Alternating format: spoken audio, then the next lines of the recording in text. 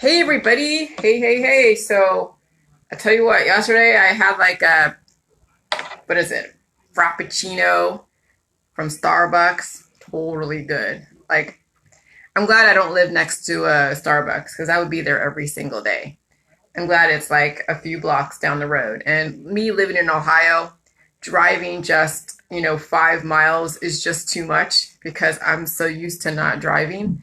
When I was in California, it would be nothing to drive the distance to Starbucks to get my Starbucks if that was necessary. So my world has gotten a bit smaller as far as proximity and what I'm willing to do to drive to places. And I'm not a driving person that much anymore. So when I do go out, I do take part in some of the fun things to me, like getting a Starbucks and, you know, enjoying the memory, reminiscing of when I used to go to Starbucks every single day and be totally wired and then go and work. So yesterday I had a double shot of a Frappuccino, so good.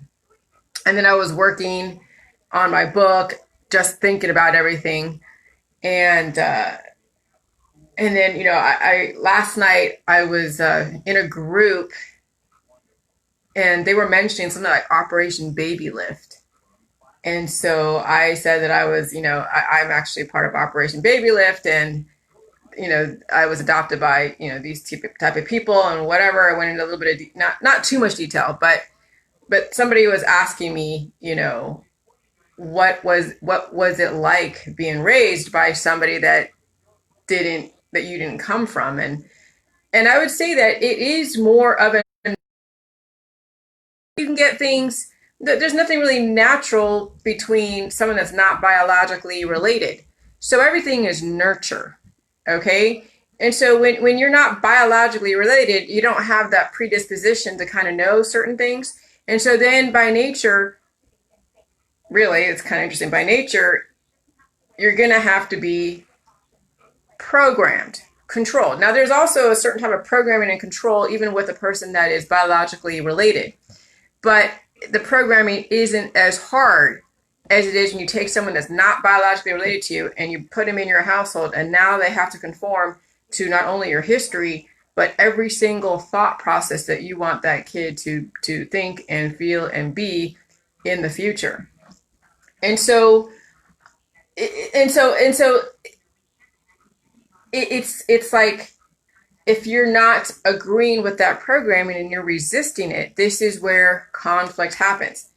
And that's as far as I'm going to go right there, but you got to see that that's what abuse out there in the world is. When people are abused out there, and there are different levels. There's not like I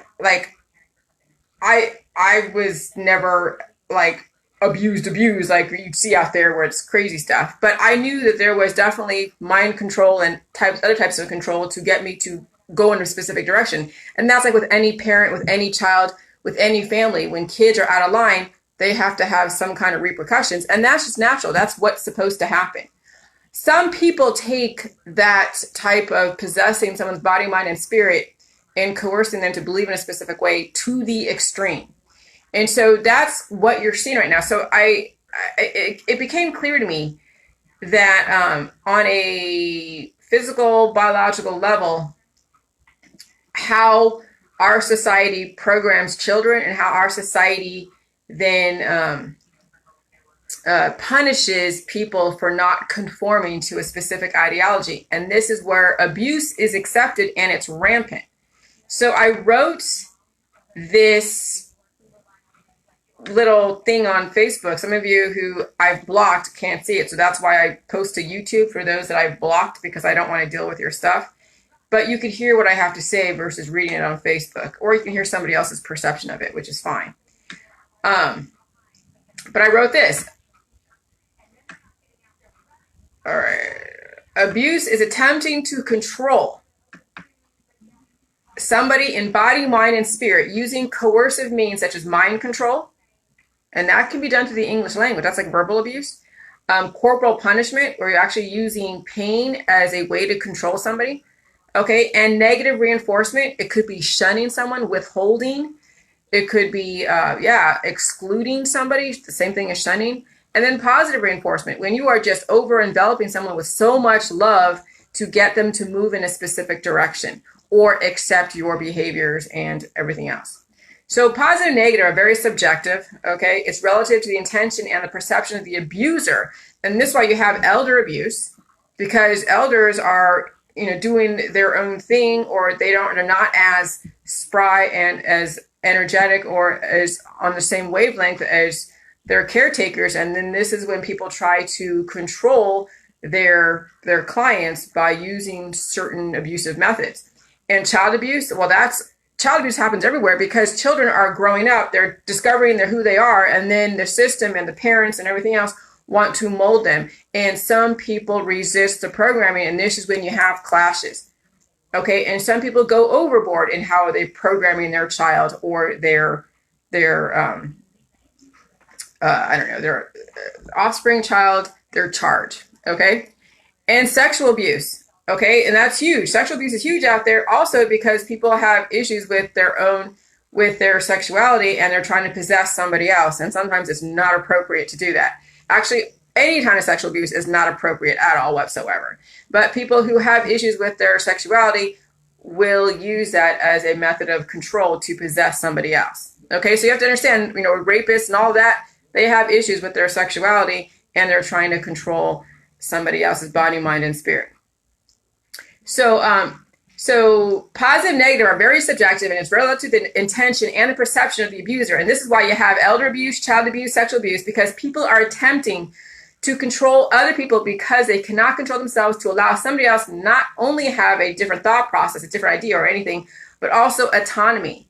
They want to possess another human being in body, mind, and spirit. And so you see it all over Facebook when people are putting out their ideology, and they are very, very doing a hard sell. They're criticizing somebody else. They are ramming a thought process down somebody else's throat. That's why with J-Juice, we don't sell J-Juice. We don't ram it down anyone's throat. We present the information and people make their own decision. When it becomes abusive is when you are constantly on somebody for not doing the J-Juice. And I would say that I'm guilty of that sometimes with my own family, or with my husband, because I do love him. And there you go. That's more mind control and more abuse, I guess. And so I would say I'm guilty of it. And I'm going to, now that I'm pointing this out, I need to stop it myself. So that's good. So you can identify abusers by who they go after, who they bully, because they're trying to control somebody else's thought process of body, mind, and spirit. So look at all of my critics. Okay, everyone, and there are YouTube accounts out there that specialize in abusing other people by going after and ridiculing and making fun because the person that they're making fun of didn't buy into their lifestyle, their way of thinking, their line of thought. And if the person isn't breaking the law, then what exactly is your point? If somebody is not breaking the law, because I can see where people have an issue with someone who has a different thought process, different lifestyle, and they're breaking the law, well, I can understand the positive and negative reinforcement. But when someone is not breaking the law and you're still going after them and you're still ridiculing and bullying them in direct and indirect means, now what is your intention? Now you're trying to program somebody else by your very actions, and it's coercive, and it's like a mind control, and it's abuse. Okay, so when you have many people at different levels of evolution who are also dying and reproducing, abuse is going to happen, and it's going to be so rampant because people will be at different levels of understanding the world they live in, and then other people want to buy into their agenda or not, or they are trying to sell their belief system of where they're at this level. And maybe someone who has evolved, past them are like, no, I've been there. I'm not going to buy into your belief system that this should happen like this. But when someone is like 20 years old and think this is how the world works, and then they're trying to ram that belief system down someone's throat who's like 40 or 50 years old, that's abuse. And I would say that millennials and younger people who think they know everything have a habit of abusing the elders.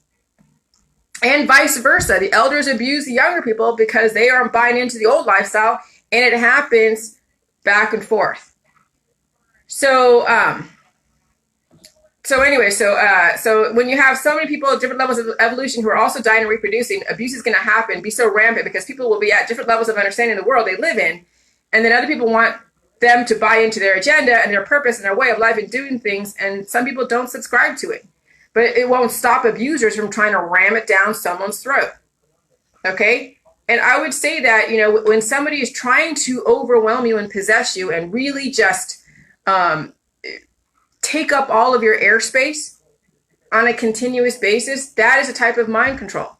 And when you find yourself annoyed by it, when you find yourself like, holy crap, I gotta step back, and they find it offensive that you're stepping back, that person was trying to possess you in some way, shape, or form, and the fact that you step back confirm that.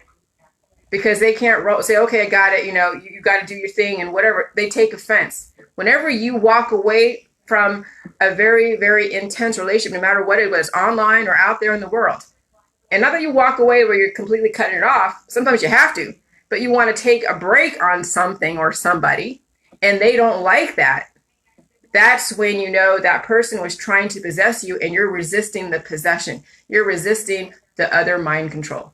Okay? So you have to understand why you guys do the things you do and why others do the things they do.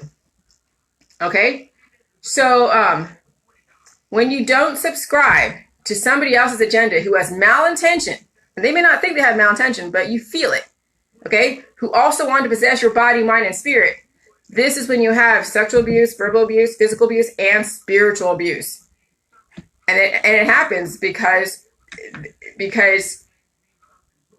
it's the resisting, and then someone is noticing you're resisting and you're trying different tactics. If this way doesn't work, if hitting them doesn't work, then I'm going to try shunning them. If shunning them doesn't work, then I'm going to try, writing them letters and making directives. If that doesn't work, then I'm going to try. I mean, let me tell you, abusers that want people to buy into their way of thought and control a relationship or control a mindset, they will use different tactics. It's no different than the art of war. There isn't one way of waging war on somebody, okay? There are so many different ways to wage war on people. And you have to understand those tactics within yourself so you know that maybe you're doing that or what somebody else is trying to do to you, okay? And so that's why it's understanding how the art of war happens even in relationships, not just in politics, but happens in relationships. Abusers do hang out together. They plot. They conspire to try to destroy a human being that doesn't buy into their thought process. And that is the very essence of mind control. Domestic violence, child abuse, sexual abuse, elder abuse, and workplace abuse. This is also the very essence of mainstream media, as well as institutionalized racism. Okay? I've walked into corporations and companies where it was so abusive working in that environment because I didn't fit into the mold, and I was shunned, I was made fun of, whatever. Okay? And unless you fit a specific characteristic that is accepted by the main people, this is when people abuse people, because it's like, if you can't conform to whatever our level is, whatever that is, then this is when people try to destroy somebody else. So I've experienced it in the workplace. I've experienced it in families. I've experienced it in a lot of different areas because I've always been different. So I'm an expert on understanding. And then I've also been the one to try to ram my information down someone's throat. And so I've also traded that role of being an abuser of sorts and tried to possess people with my information, body, mind, and spirit. And they've resisted and they've left. And I get it. And I understand that. And so this is when you learn balance. Okay? Balance is key with the J-Juice world. That's why you don't sell J-Juice. You just do it. You exemplify. You don't worry about what other people do or not do. It's not your business. What is your purpose in life? And that's how you're going to sell J-Juice if that is your intention. But trying to get somebody to change should not be your purpose in life. How, what are you going to do to change the world in whatever manner, in whatever area that you have a specialty in? That could be your purpose, whatever that is. But if your whole purpose is to change other people and change the way they think and to change this, change that, you have an obsession of changing somebody else and not yourself. And that's when it gets kind of dicey, when your focus is on other people but not yourself, and how you're going to change your world, of which then obviously, just by that very nature, is going to change the world out there. Okay? So I'm trying to get some of my people to understand that it's not about what other people are doing with J Juice. It's about what is your purpose? What are you doing to change your world, to evolutionize, not revolutionize, but evolutionize your world, so that way people can see the fruits of the J Juice. We're not trying to go and possess other people and ram J Juice down their throat. No, we are looking into our world. What are we doing to change our ways? And then that will then translate into relationships, into who knows whatever it is that you have access to. Okay. So this is why those that have a different opinion, if they cannot get along or find a common ground to work from, they should not be together or work together, because it will always have an undercurrent of someone trying new ways to undermine what you say and do and believe in. So this is why those that have differing opinions, if they cannot get along or find a common ground to work from, they should not be together or work together, because it will always have an undercurrent of someone finding ways to undermine whatever you say and do and believe in. And I've been in those relationships where we definitely don't have a foundation, a common ground, a really strong foundation. And so then there's little quips and little, comments that are made to just to kind of poke holes in who you are, poke holes. And you feel someone trying to change you in some way, shape, or form. And when you have a visceral gut reaction, you're responding to somebody's indirect or direct way of poking holes in who you are. Okay. So that's why your gut knows a whole lot more than your mind does. And so you listen to your gut. When you have a reaction on something, it's something that it doesn't agree with you, but if you can't control a situation, then you need to separate yourself from a situation. Okay. It's when people think they have control over a situation and they start punching the air. That's one of Christina Morris's really famous quotes, on my Facebook, is that, when people have a visceral gut reaction on something that their body, mind, and spirit doesn't agree with, they start punching the air. Instead of fixing their own body, mind, and spirit, they're trying to change somebody else, change a whole culture, change a whole race, and you can't do that. And so then you see their reactions on my Facebook when I post something. You see it, and I say, check your triggers. Whenever someone has an angry face, or whenever they're like reacting to whatever I'm saying on Facebook, I'm like, check your triggers. I've been there. I've had visceral gut reactions on something. And if something that I can control, I'll separate myself from. If something that I cannot control, then I separate myself from. Either way, I don't allow those visceral gut reactions to happen on a continuous basis, because that's not very healthy. So recognize those undercurrents, and when you are really clear with who you are and what you're willing to allow, this is when boundaries get set, and then people start realizing that they are beautiful exactly the way they are, and if their lifestyle is not in agreement with most people, make sure they are abiding by the laws of the land. And if they're not, yes, they might have to reconsider their lifestyle and belief system and get help. So it means that if you are abiding by the laws of the land and you're not breaking any laws, same thing, and people still don't like you, then you know what? That's not your problem. You are exactly beautiful the way you are, and you're abiding by the laws of the land. You're taking care of business. You have a different belief system, and if people don't like you because of that, that's not your problem. Who cares?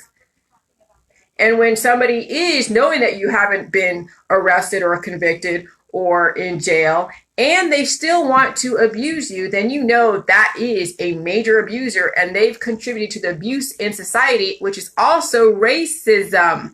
There are a lot of racists on my Facebook that watch me, that comment about my stuff in a very abusive way. They have accounts that are directed to try to destroy me. They have videos that they have devoted all of their time to try to destroy me and try to tear me down. That is a sign of an abuser. Just so you know, okay? Let's not mince words. If I've not been convicted of a crime, if somebody has been convicted of a crime or not breaking the law, and still people are going after them, trying to destroy them, you know you're dealing with abusers out there. You don't need to respond to them. And when someone sends you a private message on your Facebook because they don't like the fact you're doing J-Juice and they're trying to make you, take something down, which I've had people do, say, take that political post down. Now, I've done that for one person because if I told somebody that they shouldn't have an opinion, which I've done before, okay, so, I've been in that place, so I could say I'm a bit hypocritical. But if I told someone they shouldn't have an opinion because it's not their fight, and who am I to say that? But I was trying to make a point that it's not your fight. How could you possibly really understand where they're coming from unless you've dealt with some of your issues, and then maybe you should bring up your issues, not ride on the tails of somebody else's. And then I was discounting a movement. Somebody said, hey, take down that post because how can you possibly say that this doesn't exist or shouldn't exist? That's when I'm like, okay, you're right, because I was being hypocritical. So if I'm being hypocritical on something, I will listen to somebody. But when I'm making a post where I'm like, I don't want to take a side, which in essence is taking a side, but I'm trying to make a point that why would you want to sacrifice, somebody? Like I would mention something about Candace Owens on my Exposing the Lies count, and someone sent me a message trying to tell me to take something down. I said no, because there is a specific point. J-Juice is not immune to politics. We are the very essence of how we can change the politics in the world by merely how we interact with people and what we subscribe to, what we support, what we don't support. And that can look like many things. And so, no, I'm not going to take that post down. But I appreciate you, giving me your opinion. And then he's like, oh, well, then a lot of people are going to unfollow you and leave you. Well, hey, if my politics is contingent upon you staying with J-Juice or doing J-Juice or not doing J-Juice, then you're not doing J-Juice. You've never been a fan of J-Juice. You only were a fan of my politics until I figured out some stuff and created some balance and evolved. And if you can't evolve with me, that means that you really don't understand J-Juice. You just like the politics because it fed into your agenda. And that's not the authenticity that I'm looking for. That's really inauthentic. And that's not a person I want on J-Juice anyways. So I'm not really too concerned when someone leaves me because of my politics that I put out there. So anyways, So recognize those undercurrents. And when you are really clear with who you are and what you're willing to allow, this is when boundaries get set. And then people start realizing that they are beautiful exactly the way they are. And if their lifestyle is not in agreement with most people, make sure they are abiding by the laws of the land and they're not yes, and they're not yes, and they're not. And if they're not, yes, they might have to reconsider their lifestyle and belief system and get help. Drink JJ. This is also why those that defend peace and equality turn militant and abusive, because they were once the victim, and now the way they go about trying to change people's minds, body, mind, and spirit, has made them very predatory. So when you're defending peace and equality, and you're trying to ram it down people's throats, and you're doing it at the expense of somebody else, that's what makes a person who defends peace very predatory, and then that is hypocritical. So when a person defends peace and prosperity and equality at the expense of somebody else, this is why some people have a hard time with movements, because by the nature they are hypocritical, the way they go about doing it. Okay? So it's like, it's really, you put out an idea and then you let people understand it, and then you move on to the next thing, whatever that is. And that's the thing with J-Juice, is that you don't loop in the same thing, because people find that when they're not doing J-Juice, they'll put something out there and that's as far as they can go. Like maybe I give them this type of thing, and then they're like, okay, I get it, I like it. And then they put it out there and then they have nothing else. It's like they when you're not evolving, you're not going to have anything new out there to put out there. You're not going to have a new way of looking at whatever it is that you're interested in. You could be in the art world. You could be in, you could be in CPS. You could be in the government. And if you're not doing J-Juice and you like my stuff, but you don't really have any other evolutionary thoughts yourself, you're not going to change the government or the art world or anything else. Okay? I can only speak for myself that when I'm doing J-Juice, I have these revelations through my own history. A lot of you have so much history and so much background and so much experiences and so many different things that when you're doing the J-Juice, it's almost impossible not to have something different to say about whatever industry that you're in. I can only speak from my experiences, and I am. And so, the whole thing with J-Juice is inviting all of you to do the J-Juice at such a level to where you evolve and then you evolutionize whatever you've had an influence in, whatever that is. Okay? And it's not coming from peace and it's not coming from love and hate. It's not coming from coercive mind control methods. You're not trying to impose a programming onto somebody else. Like, how do you help the world when you're not trying to impose a viewpoint? When you're not trying to program somebody else? That's the whole conundrum of J-Juice, is how do you help the world by helping yourself? Well, that is an individual battle. That's something that you have to kind of be at home with, that you got to do the J-Juice. You got to look at and be really like confrontive to your own demons and figure out what your place is in this world and what your future wants to be, like what your purpose is. Okay? And that's not somebody else's, way of doing things. That's not you trying to change somebody else. That's not your purpose. And so I had to make sure that people in my world that are doing the J-Juice, they don't have that. They don't fall into that trying to change everybody else before they change themselves. Okay? Because I want to see somebody really have a unique take on whatever it is they're involved with through the J-Juice. But if it's always about somebody else doing the J-Juice or not doing the J-Juice and they're looping and doing that, okay, well, that's going to happen. Whatever. That's not the whole point of J-Juice is not make people do it. The whole point of J-Juice is, yes, giving people the opportunity. And if they come into you wanting to know more, you give them the information, and then you still work on whatever your purpose is. That's the point of J-Juice. So that's why a lot of people have left me, because they've misunderstood the purpose of J-Juice. It's not to go and sell it as something as in lieu of a vaccine, as in lieu of Monsanto, as in lieu of whatever. No, J-Juice can work with anything. You gotta understand the biochemistry and the chemistry involved and what your intentions are. But it's really you changing. It's you allowing people to make their own choices in life, not you trying to ram down your politics down somebody else's throat. Believe me, I know I've been accused of that, and I've done that. So I mean, I know from experience. Okay, takes one to know one. And so anytime I'm pointing things out like this, I gotta watch it with myself. I watch it with my husband, because he did drink the J-Juice like a year or 2 years ago and hasn't touched it since. And it pains me because I know what he's in for, but then I know that it's not my problem. I can only support him through whatever process he chooses to go through. And luckily, we're relatively young, where we're going to be okay. He'll be okay for a few years, but I know what's in store for him. And when you know what's in store for people, it's kind of, it can be rather, whatever, but you live in the now. You don't live in tomorrow. You live in yesterday. You live in the now. Okay? So I can only do things today. I can't worry about tomorrow, and I can't worry about yesterday. All right? So anyways, that should help clarify some things for people who are in positions such as that, who are abusers or a victim, and vice versa. And so you guys will figure it out. Do the J-Juice. Bye.